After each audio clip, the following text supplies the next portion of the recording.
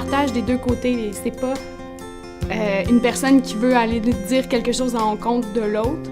Puis oui, on voit qu'il y a un choc entre les différents âges, mais c'est pas négatif, on voit qu'il y a du positif là-dedans.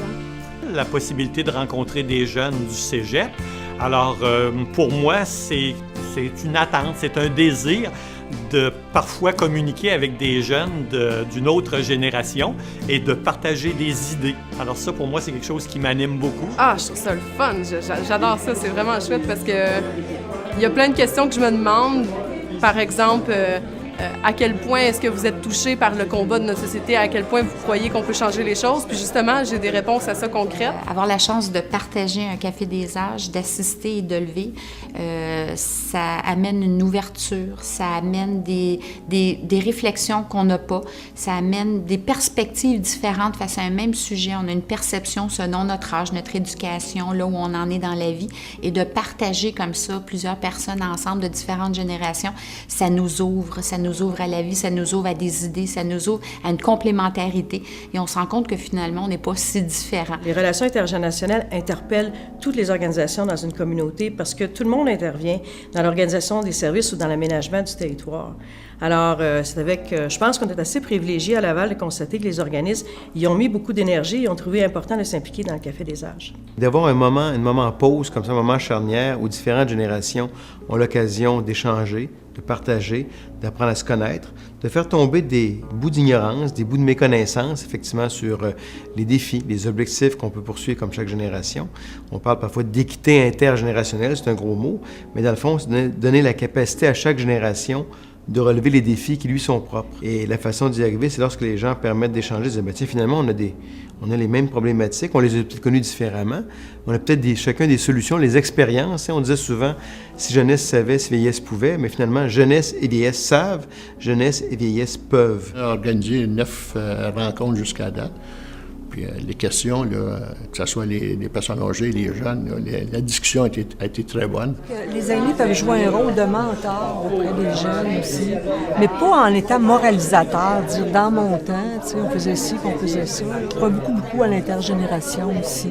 Je pense qu'on peut s'apporter les uns les autres, là. En amorçant un dialogue entre les générations, là, je pense qu'on va avancer, qu'on va faire des grands pas, pour moi. Là. Parce que je trouve que les jeunes ont autant à nous apporter que nous, on peut leur apporter.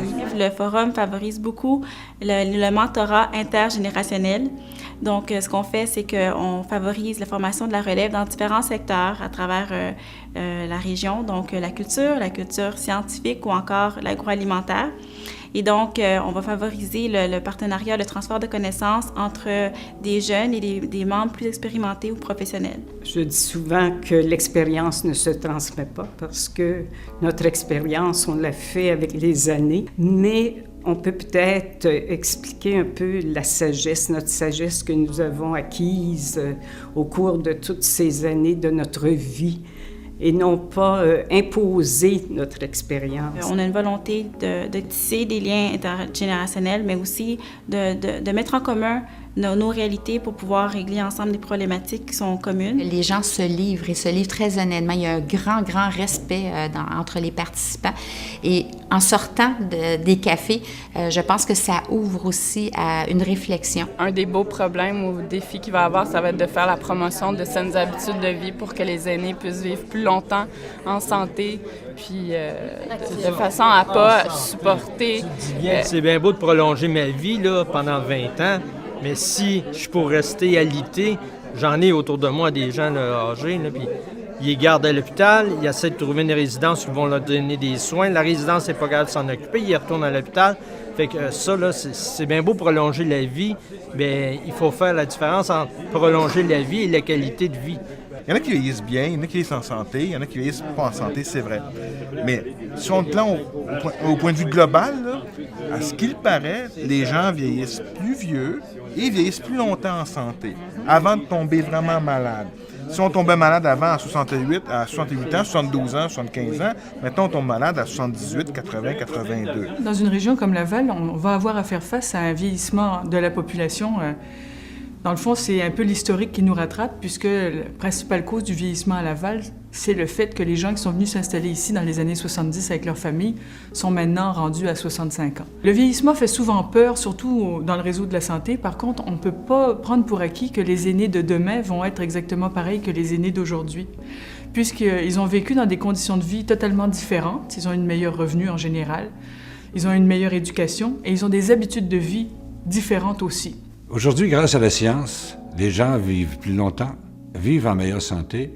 Collectivement, ils représentent une grande valeur pour la société, une valeur d'expertise, d'expérience, une valeur aussi de mémoire collective qui est extraordinaire et qui doit être mise à profit des autres générations. On doit donc établir des ponts entre les différentes générations et s'assurer que chacun apporte une grande contribution. Et l'autre chose qu'on ne doit pas faire, c'est décider pour les aînés. On doit maintenant décider avec eux et se servir de leur expérience au profit de la collectivité. Ce qui est intéressant, c'est qu'il y avait des préoccupations communes, entre autres. Il y en a un qui me revient, l'argent. C'était une préoccupation qui revenait. Ça concernait toutes les générations, mais c'était l'éclairage que chacun y apportait. Donc, la préoccupation du côté aîné était vraiment, s'il en manque, sur quoi je coupe? Est-ce que je vais en avoir assez? Et du côté, si on se ramène chez les plus jeunes, leur préoccupation, c'est comment je vais faire, moi? Il y aura probablement plus de pension. Comment je dois m'y prendre? Moi, quand je me considère pas nécessairement comme un aîné, mais quand je suis arrivée sur le marché du travail, il n'y en avait pas d'emploi. C'était pas facile. Tu sais, là, les jeunes jugent, là, c'est facile pour nous, on est plus riches, on a plus d'argent. Mais au départ, ça n'a pas été facile à la vingtaine de se trouver un emploi. Si on regarde les 100 dernières années, ou 150 ans, quoi que ce soit, toujours la nouvelle génération était plus riche que la génération précédente. Sauf pour la première fois, nous, on ne le saura pas. Et ça, c'est vraiment un fait, c'est écrit partout. La génération qui vient après, okay, parce que nous autres, il y a encore de l'argent dans les coffres, OK? Mais après, ça va être probablement assez pénible et pour les vieux et pour les jeunes, point de vue financier. L'État ne pourrait peut-être pas subvenir ou vous allez être très imposé. Un des éléments aussi qui nous interpelle, c'est qu'on sait que les personnes âgées vont garder un poids politique important dans les années qui viennent. Alors, comment on va faire pour répondre à la fois aux besoins des jeunes, répondre à la fois aux besoins des personnes âgées? Il va falloir qu'un dialogue s'installe. Et c'est pour ça que pour nous, ça nous est apparu très important, l'organisation du Café des âges telle que réalisée par la Table des aînés de Laval, la Table régionale des aînés.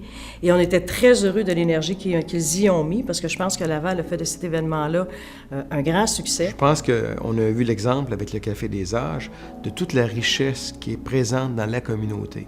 Avec cette mobilisation généralisée, cette concertation qui est là, qui est souvent concrète, mais qui parfois aussi est latente, qu'il faut toujours ne jamais oublier, où les gens peuvent travailler ensemble, réalisent qu'on peut décupler les forces de chacun des organismes, de chaque personne qui s'active au sein des organisations et des organismes pour pouvoir faire des choses concrètes. Si jamais vous avez l'occasion d'être invité à un Café des âges, sautez sur l'occasion parce que c'est le moment où vous allez pouvoir échanger et partager avec des gens de différentes générations, ce qui est un des points. On n'a pas souvent cette possibilité-là. C'est comme n'importe quoi. Je pense que c'est avec la communication, en partageant les uns avec les autres, c'est là qu'on arrive à se comprendre.